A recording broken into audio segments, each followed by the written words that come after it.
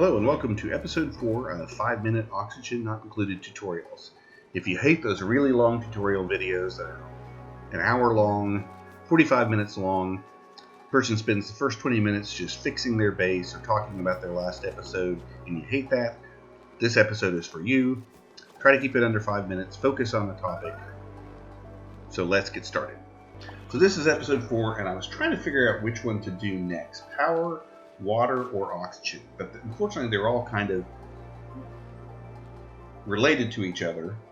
So I'd recommend you see episode 4, 5, and 6. There'll be a lot of crossover. But I figure we'll just start with power first. So as I mentioned in my first episode, in the design of my base, I have these centralized trunks where I can run heavy watt wire from my generation sources and then distribute the data out through these taps. These taps basically go into power transformers and then from there into smaller circuits using lighter wire. Now generally the general progression with power is you're going to start with these manual generators. They're very simple. There are a lot of people who end up using these throughout the entire game, setting them on a certain priority cycle. So when dupes have nothing else to do, they just go and run on the manual generators and charge up batteries. I found that to be not terribly useful, but they are the most useful thing at the start until you build some technologies. Usually the next thing that someone will go to is coal generators. There's usually a lot of coal around the initial state, but I found the second time I did a big run through with the game, I was running out of coal very, very quickly. So it's very important to use coal as a temporary stopgap and to try to use it basically as a backup power source. Eventually you're going to find some other power sources in the system, but those power sources will not be stable. Natural gas geysers, hot steam vents, things like that. They're great, they're renewable sources of power, but they don't run all the time. I'm lucky in this base, I end up with 3 natural gas geysers and hot steam vent. So between the 4 of them, generally I have power running all the time, but not necessarily all the time.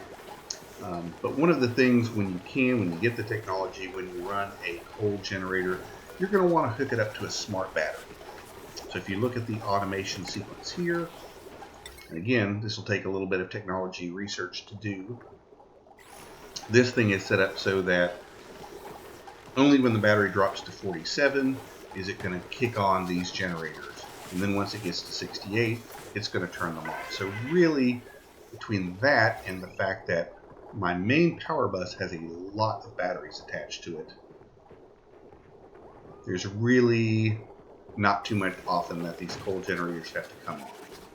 Another thing about these power transformers, number one, or just power distribution in general, number one, if you know anything about electrical power and so forth, just forget everything you've learned. It does not work like electrical power would normally. In electrical power, if I had an overloaded grid, I could run a parallel conduit on the same circuit. Some current would flow through here, some current would flow through here. That's not the way oxygen not includes works. It assumes that whatever the load is on there, basically all the current kind of goes at the same time through here. So running parallel doesn't help me.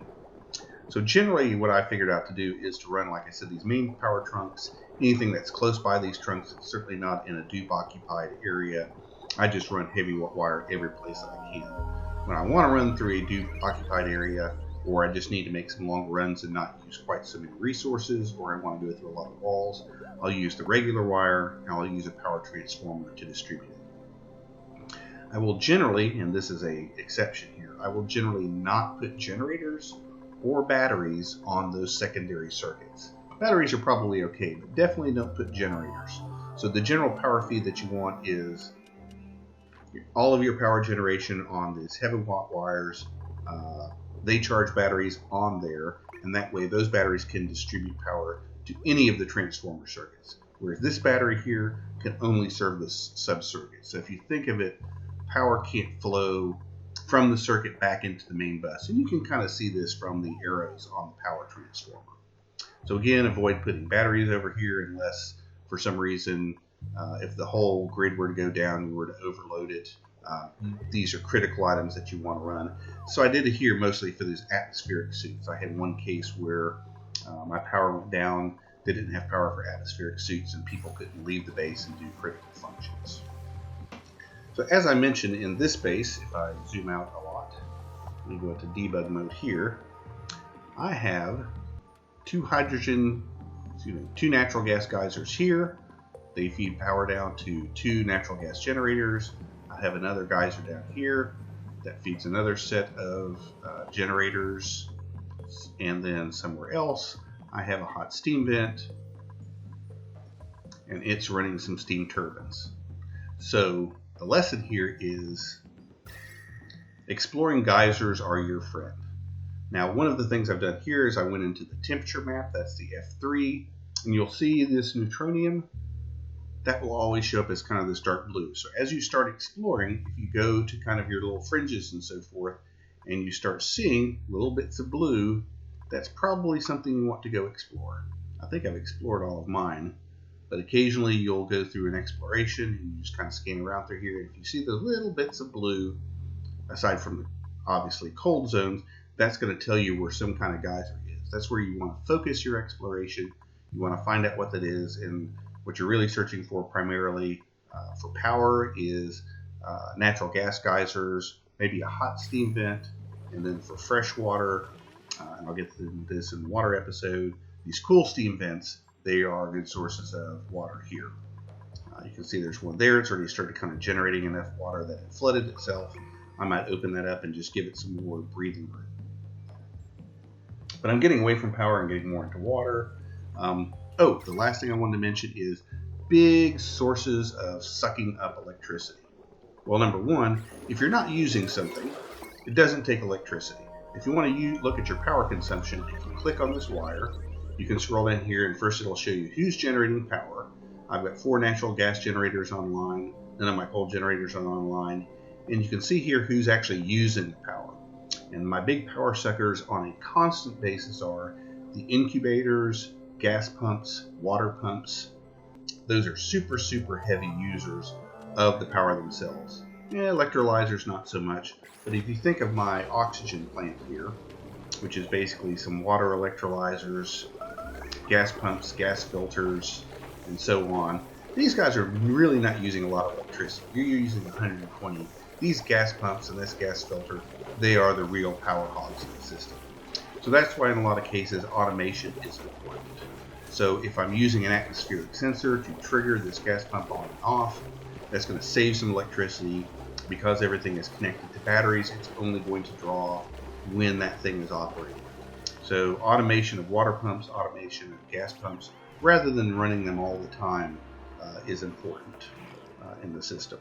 Now, to some extent, they will self-regulate. For example, I have this little water pump here feeding my bristle blossoms, and that guy, when the pipe is blocked, he's not actually going to run. So to some extent, blocking liquid pipes, blocking water pipes, they will self-regulate to some extent, but in other cases they're not. So generally, if you can, rather than running, for example, here I have some water cooling loops to keep the base cool, I try to run everything in one big, giant loop. Why? Because I'm only using one gas pump. One liquid pump in this case. I could have run several loops. In fact, they're going through 2 cold zones on the same loop. But the main benefit here is I'm just using one pump to do all of this pumping. And that's going to save me 240 watts of power. Granted, this base is so built up now that I've got more water than I know what to do with, but not always. You never know what's going to happen, especially once all those guys are shut down at the same time and start firing up my coal generator. That becomes a problem. And you can see through this conservation, I built up 70 tons of coal. Whereas in my previous game, I was running out, I was scrambling around, digging out the very last coal seams. And you can see again, these guys are hardly running. So again, geysers are your friend, try to find them. Coal is a stopgap, and as soon as you can, start making use of those other sources, and use a smart battery to keep from running your coal generators when you don't need to. And again, batteries can lead to a lot of stabilization of your power grid. That's it, and we'll go on to number 5, which will either be probably water, and then we'll do oxygen, hydrogen, goes to argon. See you in the next one. If you like this, like, subscribe, share, or comment at the bottom. Thanks.